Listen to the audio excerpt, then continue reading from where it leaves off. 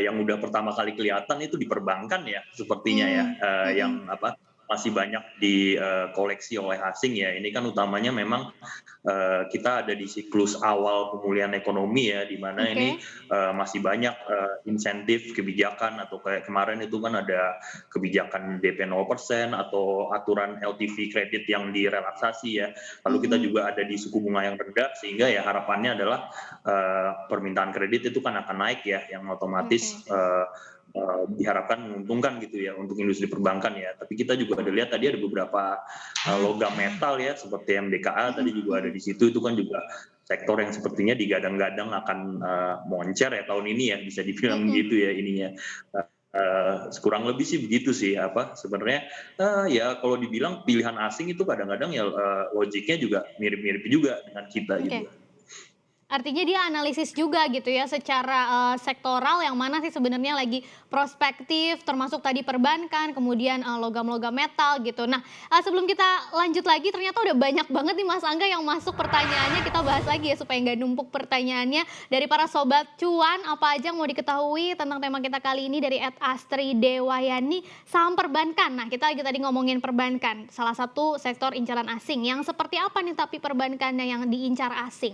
Apakah bank digital termasuk atau yang lagi hype ini bank-bank mini yang kemarin lagi naiknya gila-gilaan gitu ya, walaupun sekarang udah pada ARB juga akhirnya. Kemudian pertanyaan kedua dari @yezaskargak, Tesla nggak jadi investasi di Indonesia, ini ngaruh juga nggak sih ke perilaku investor asing ke bursa saham domestik? Oke, karena tadi kaitannya juga dengan, ini ya, emiten logam-logaman. Kemudian, pertanyaan selanjutnya dari @oriza_89, program vaksinasi COVID-19 masih bikin saham farmasi oke nggak buat asing? Oke.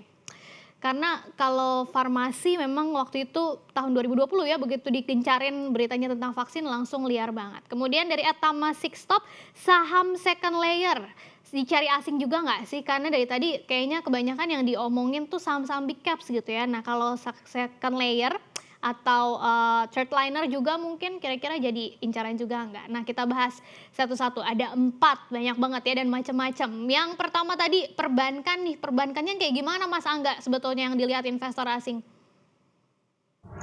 Oke, yang utamanya memang kalau perbankan itu sebenarnya yang biasanya menjadi favorit asing itu hanya 4 bank besar ya. Kita tahu ada Mhm, BBCA, BBRI, BMRI, dan BBNI ya ininya ya.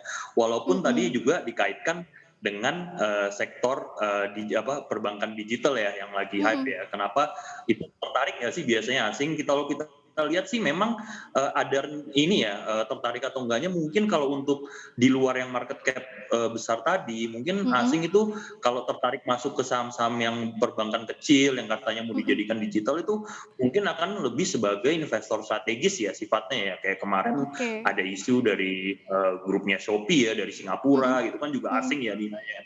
Tapi kan dia kan tidak masuk untuk trading lah istilahnya kayak kita gitu ya. Mungkin kalau Oh gitu. misalkan mereka mau masuk atau akuisisi untuk jangka waktu yang lebih panjang biasanya kayak gitunya. Mhm, Sedangkan kalau mhm. untuk yang, secara yang lebih, umum ya adalah kurang lebih hanya berkisar di bank-bank besar memang market cap besar itu Mungkin aja sedikit sih. aja Mas Angga kalau nanti, bursa udah menghapus tadi tipe investor asing atau lokal di running trade-nya hanya di akhir perdagangan aja, kira-kira strateginya gimana nih buat para sobat cuan yang biasanya tuh sering memperhatikan pergerakan investor asing? Oke, sekali lagi kita lihat ini nanti, oke memang kita belum efektif ya aturannya ya, tapi kalau kita Mhm, membayangkan nanti kan, sesuai dengan yang dipublikasikan kan akan tetap ada tapi di akhir hari ya. Sebenarnya iya, itu kan sebenarnya kan bukan sama sekali hilang ya, jadi bisa mhm, dimanfaatkan.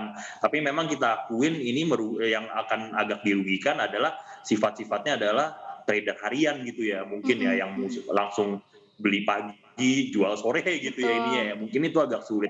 Tapi sebenarnya kalau kita melihat dalam time frame yang lebih panjang, saya pun sendiri setahu saya adalah investor-investor yang mengikuti asing ini juga tidak pendek sekali gitu loh, Mhm. minimal dalam mingguan lah atau swing gitu ya ininya ya. Oke. Ini kan sebenarnya kan tidak terlambat gitu loh kalau kita menganalisanya baru di akhir hari ya ininya ya. Mhm mhm.